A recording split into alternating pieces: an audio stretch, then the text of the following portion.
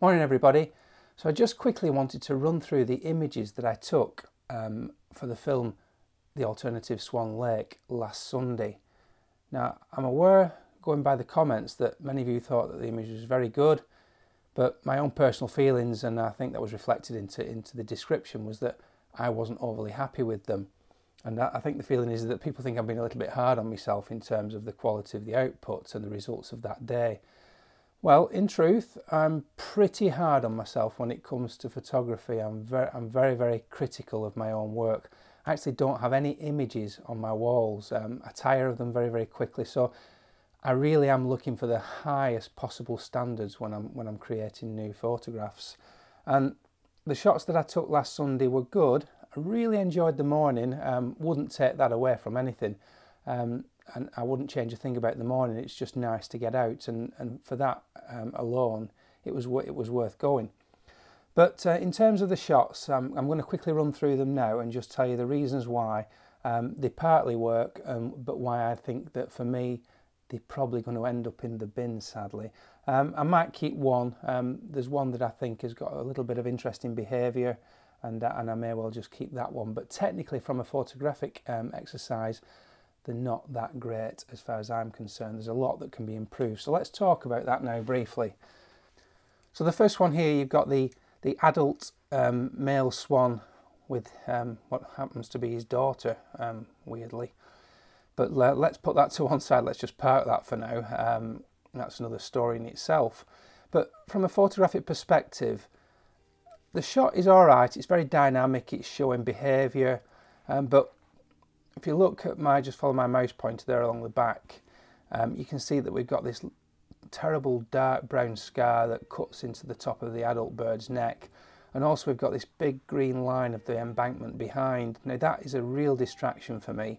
We've also got a lot of reflected grey cloud on the water surface. Now what I was looking for that particular morning was complete blackness. And if you remember back to the film, I talked about photographing to the left of where this was shot, towards the trees. Now the trees were casting some very, very dark shadows onto the lake, and when you get a swan swimming through that towards you, you get a lot of contrast, and you can create some amazing mood and capture some real fantastic shots in those conditions. And coupled with backlighting, which wasn't that good that particular morning, you can create a lovely photograph with those techniques.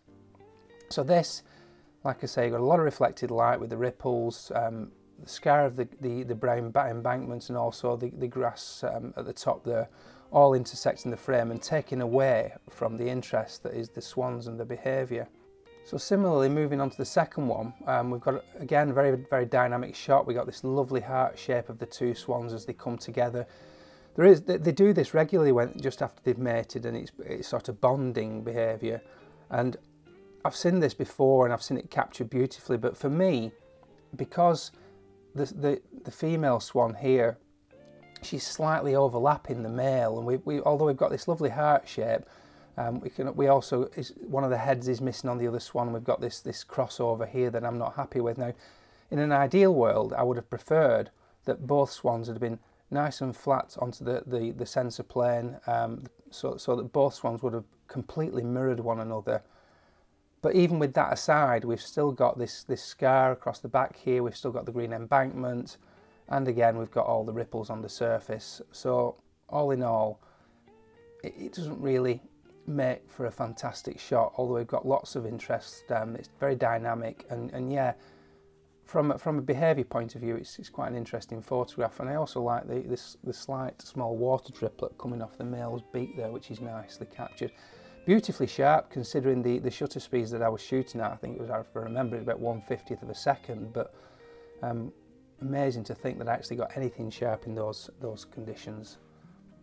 So the third photograph in this sequence, you've got the two swans looking at the camera, the necks are overlapping, and in this instance I've got both heads in the shot. But again, for me, the female bird, as she's twisted around, they've sort of changed positions now, and the female bird is on the left.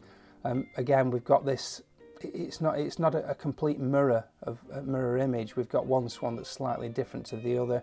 Unlike the other two shots, we've got this brown horrible mark in the background, and again the green embankment, and even the dark trees at the top there, the black strip at that top end does nothing for me, along with the reflected light again.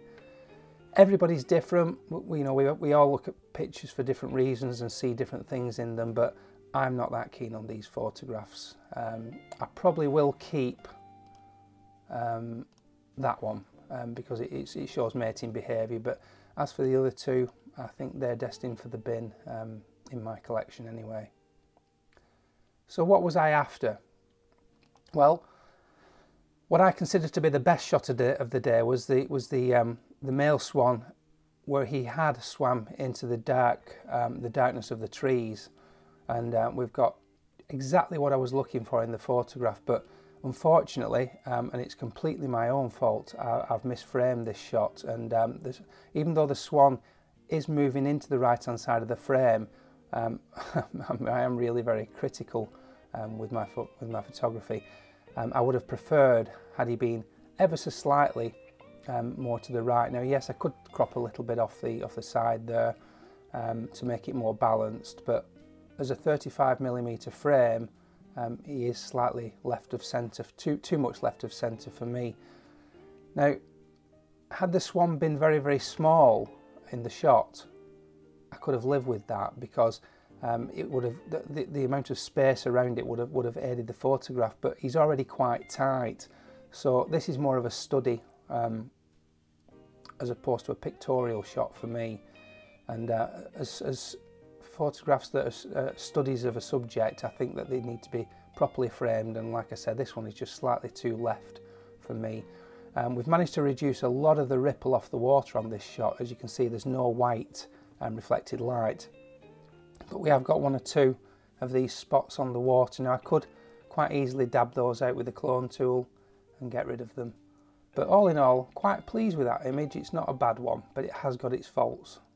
So to compare this against what I was after on the morning, well, this shot here is exactly what I was looking for, and yes, it was taken on a different occasion, and this is a beautiful, beautiful image as far as I'm concerned. It's got everything that I want in a photograph of these swans. The male showing a lovely dominant posture. You've got symmetry with the wings at the back.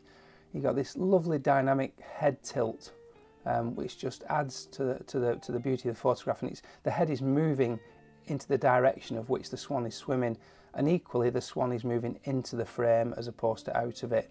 He's not too tight on the left hand side, there's no reflected light, there's no colours of the embankment behind, and I've even managed on this occasion not to get any spots of water around it either. This to me is the perfect photograph of this swan, and this is what I was trying to achieve on that morning. This was the reason why I wanted to put this image on at the end. For me, really, it was an image to reflect on what could be achieved with the right conditions, and with a bit of luck thrown in as well. I did put this last shot in purely because I love it. It's never really been seen anywhere. It's in my collection, it's on my website, but it's never been used, it's never been published, but I love this shot, and I think it's a bit of a Marmite shot for a lot of people. Definitely a love or hate. This was taken at a different site. This was taken at Yarra Valley Park, and very, very similar situation to the other shots, with the only difference in that the sunlight was coming directly from above after it had risen from a hillside behind. Now, there is a black background just like the others, but because we had a bit of fog, it's illuminated all the foreground mist and just put this spotlight where the swan's swimming into. And I kid you not, I have not altered that shot in any way. And it just goes to show that given the right conditions, the right circumstances and a bit of luck, you can create some beautiful shots. And the swan doesn't need to be overly large in the frame like I was saying a minute ago. You can have the swan very, very small, and the surroundings and the atmosphere can mean that a frame filling image is not necessarily always required. So there we go, a brief overview of the shots that I took last Sunday, and my thoughts on why those shots didn't work for me. So that's it for this video. I hope you found it useful to see my take on my thought processes of the shots when I get back. So yeah, let me know what you think in the comments below. And if you've enjoyed the video, please subscribe, ring the bell, give me a thumbs up, and I'll see you all again next time. Bye for now.